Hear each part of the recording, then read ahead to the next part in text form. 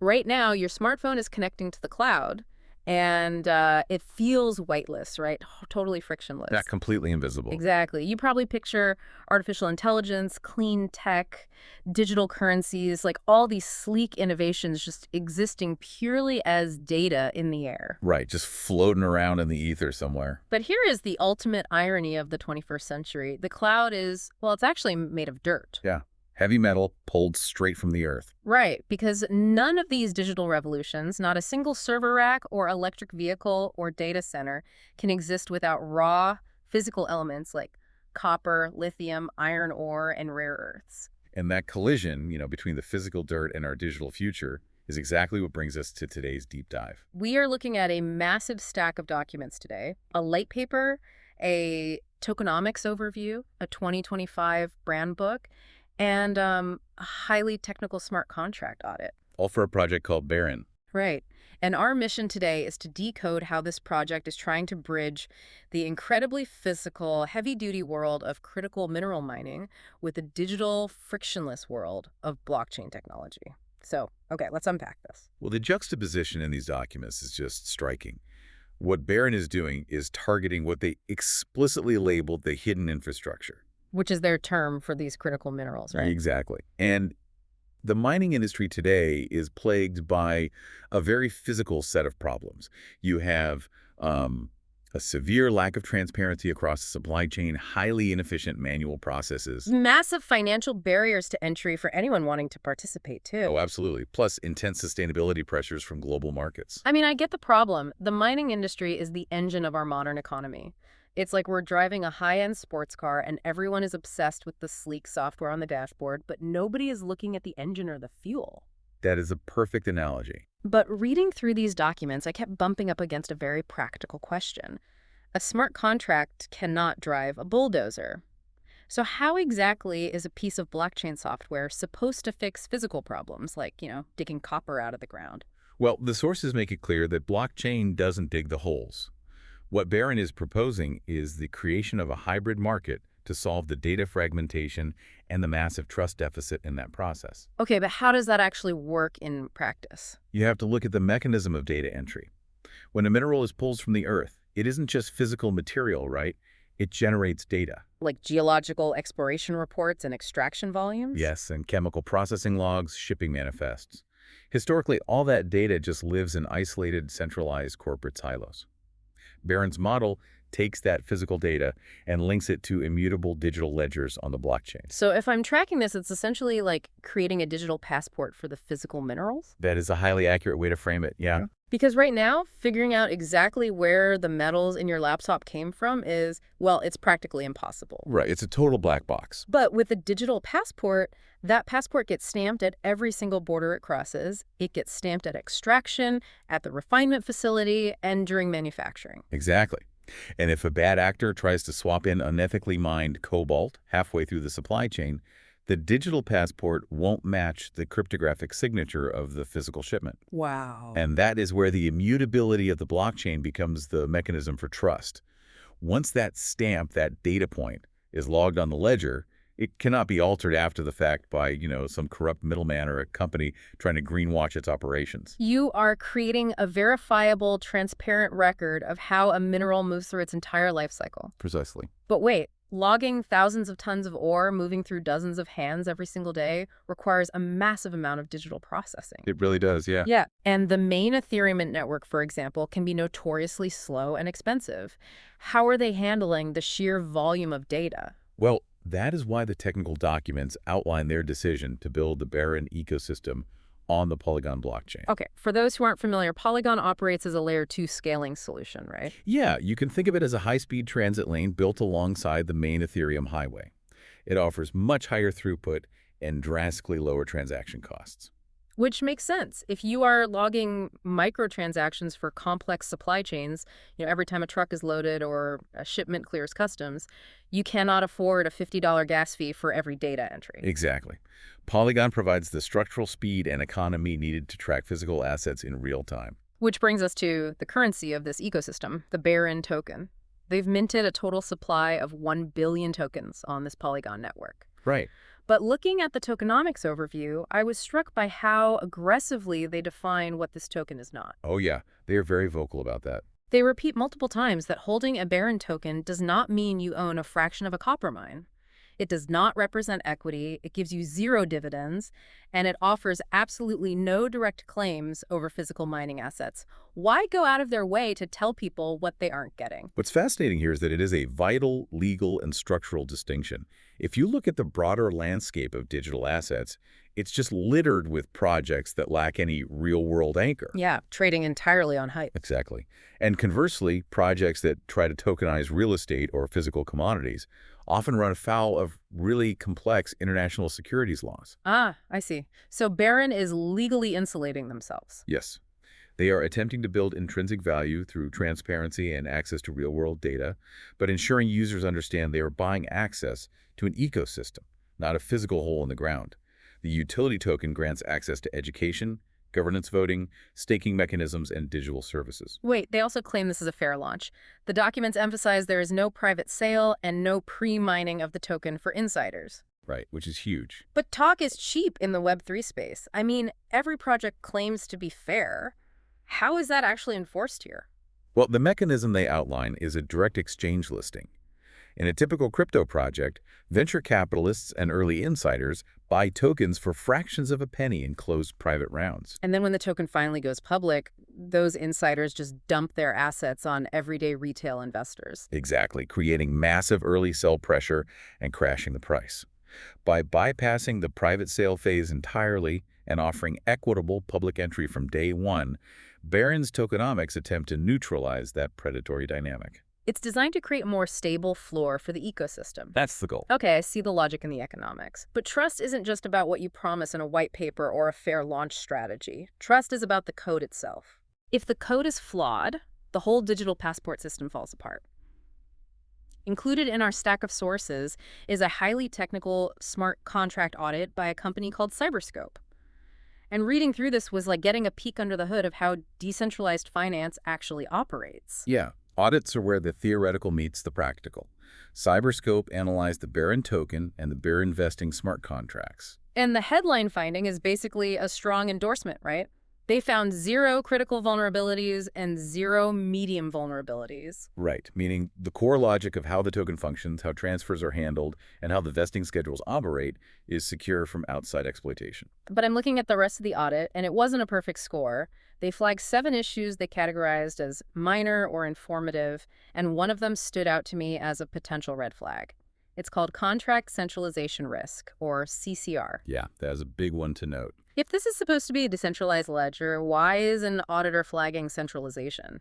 If someone steals an administrator's password, doesn't the whole thing go down? Well, that finding highlights the fundamental tension they're navigating.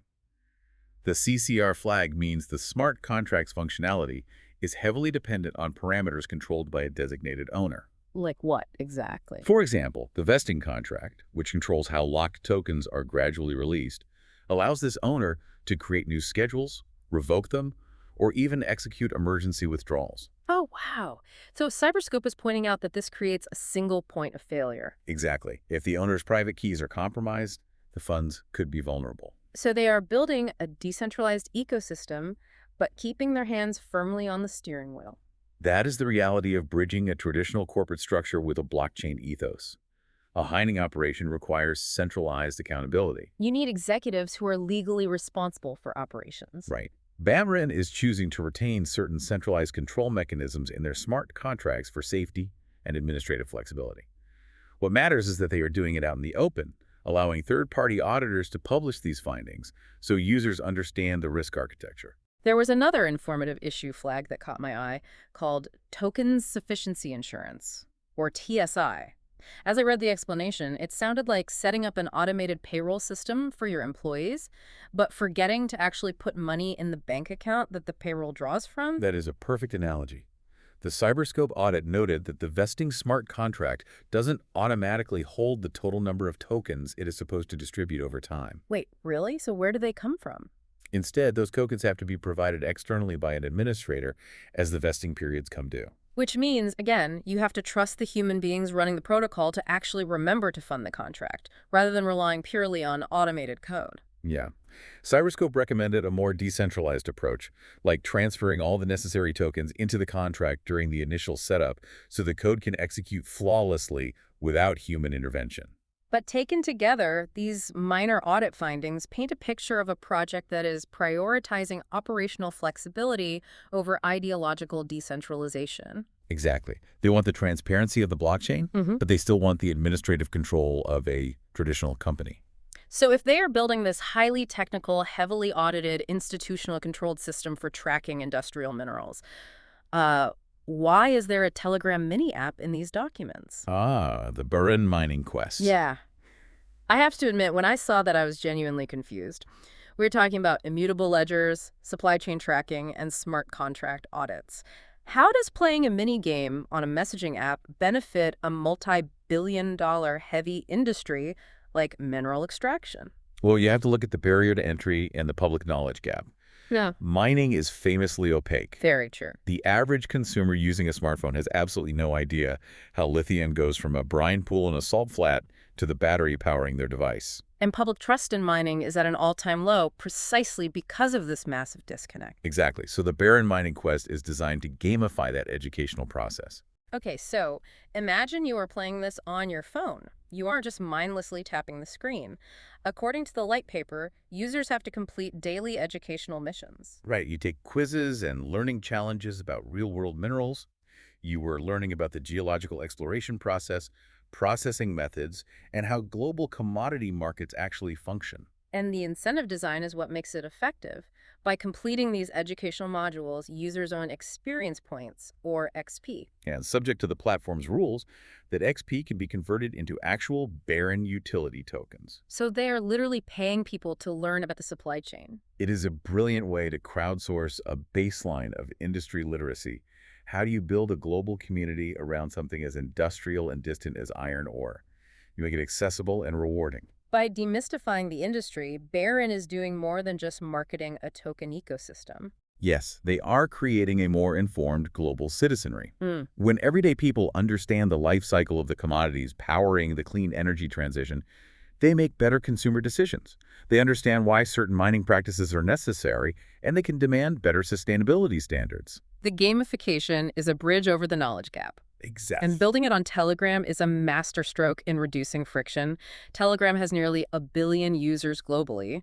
The barrier to start learning is basically zero. You don't need to sign up for a traditional brokerage account. You don't need a deep understanding of crypto wallets to start playing. You just need the phone already in your pocket. That level of retail accessibility is crucial for widespread adoption. But what is truly ambitious about Barron's strategy is how that grassroots gamified education is counterbalanced by how they present themselves to the high end of the market. Which brings us directly to their 2025 brand guidelines. Right, so they are educating the masses on a messaging app. But how do you convince a traditional Wall Street ESG fund to invest in a Web3 project without sounding like a fly-by-night crypto scam? That's exactly where this brand book comes in. I love a good brand book because it acts like a psychological profile. It tells you exactly how a company wants the world to perceive them. And the visual identity they've constructed in this 2025 brand book is deeply intentional. They're drawing a hard line in the sand to distance themselves from the broader meme coin culture that dominates much of Web3. Let's look at the logo design. They describe it as a combination of two contrasting ideas. On one hand, you have the solidity of Earth, these heavy, mineral, diamond-like crystalline facets. Yeah, very grounded. And on the other hand, you have the digital economy, represented by modular, pixel-like geometry. They explicitly state in the brand book that the convergence of these forms signifies the transformation of raw physical potential into enduring digital value. The color palette reinforces that same narrative. They didn't just pick a generic corporate blue. The colors are drawn directly from the luminescence of rare earth minerals. Right, you have very subtle, grounded earth tones that reflect the physical origins of the materials, mixed with a futuristic metallic glow that represents the clean tech future those minerals enable. It is a literal visual bridge between the dirt and the cloud. They even get incredibly specific about typography. Their primary font is called Linear Sans. The brand book says they chose it because it balances geometric precision with human readability, which is supposed to symbolize strength and stability. And for their secondary font, they use Verdana, specifically for its digital clarity and global accessibility across different platforms. Every single design choice is engineered to signal credibility, innovation, and long-term stewardship. You also see this in their physical marketing collateral. The guidelines detail their business cards, which are NFC tap cards designed to reduce physical paper waste. They outline strategies for out-of-home or, marketing, designing physical flags, sophisticated tote bags, and large-scale posters. And you don't spend capital on out-of-home physical marketing if you're just launching a quick digital token. You do it if you are targeting real-world institutional investors. That is the core takeaway from analyzing the brand book. They are aggressively positioning themselves for ESG-focused funds. ESG stands for environmental, social, and governance. Right. These are massive institutional entities that want exposure to the emerging digital economy, but demand real-world value, transparency, and stability. The highly refined corporate design language is a signal to traditional finance that BARIN operates on their level, even if the underlying technology is a decentralized blockchain. It is a massive undertaking, Yeah. but it accurately reflects the scale of the problem they are trying to solve. It is a fascinating, almost paradoxical tightrope walk. On one side, you have a Telegram minigame paying teenagers in XP to learn how copper is refined. And on the other side, you have executives handing out NFC business cards printed in linear sans font to Wall Street funds, promising immutable ledger tracking of iron ore supply chains. You cannot modernize the global supply chain of critical minerals without addressing both ends of the spectrum. Exactly. You need the top-down institutional capital that respects audited smart contracts and corporate governance, and you need the bottom-up public trust built through accessible education and token incentives. The physical and digital worlds are merging, and BARIN is attempting to build the foundational user interface for that merger. Okay, we have covered a tremendous amount of ground today, digging all the way from the physical dirt of the mine to the audited code of the smart contract. Let's distill this deep dive down into 3 core takeaways for you to keep in mind. Sounds good. First, despite all our cultural obsession with the cloud and the digital age, our futuristic technologies, from AI servers to electric vehicles, are entirely dependent on ancient physical materials like copper, lithium, and iron. The hidden infrastructure powering your digital life is very real and very heavy. Second, BARIN is leveraging the Polygon blockchain to bring unprecedented transparency to this incredibly complex and opaque mining supply chain. By creating a verifiable, immutable digital passport for physical resources, they are attempting to solve the trust deficit that has plagued the heavy industry for decades, while navigating the technical challenges of centralized oversight versus decentralized code. And third, they are attacking the industry's perception problem from both ends simultaneously. Through the BARIN Mining Quest app and their utility token, they are using digital incentives and gamification to educate the general public on how real-world assets function. While deploying a highly polished, heavily structured corporate brand identity to court traditional institutional trust, they are operating on the theory that when you connect harsh geological reality with precision blockchain data, you can engineer a more sustainable, transparent, and equitable global market. Which leaves us with a final, slightly mind-bending thought for you to ponder.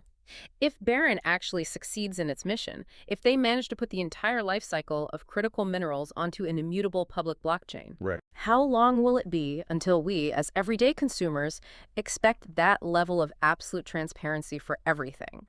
How long until you demand the ability to scan a QR code on the back of your new smartphone just to see the exact coordinates of the mine where the copper inside it was dug out of the earth? Once you introduce that level of verifiable truth into a supply chain, consumers rarely want to go back to taking a corporation's word for it. Thank you for joining us on this deep dive. Navigating our digital future means understanding the physical world it is built on, and we appreciate you taking the time to explore that hidden infrastructure with us today.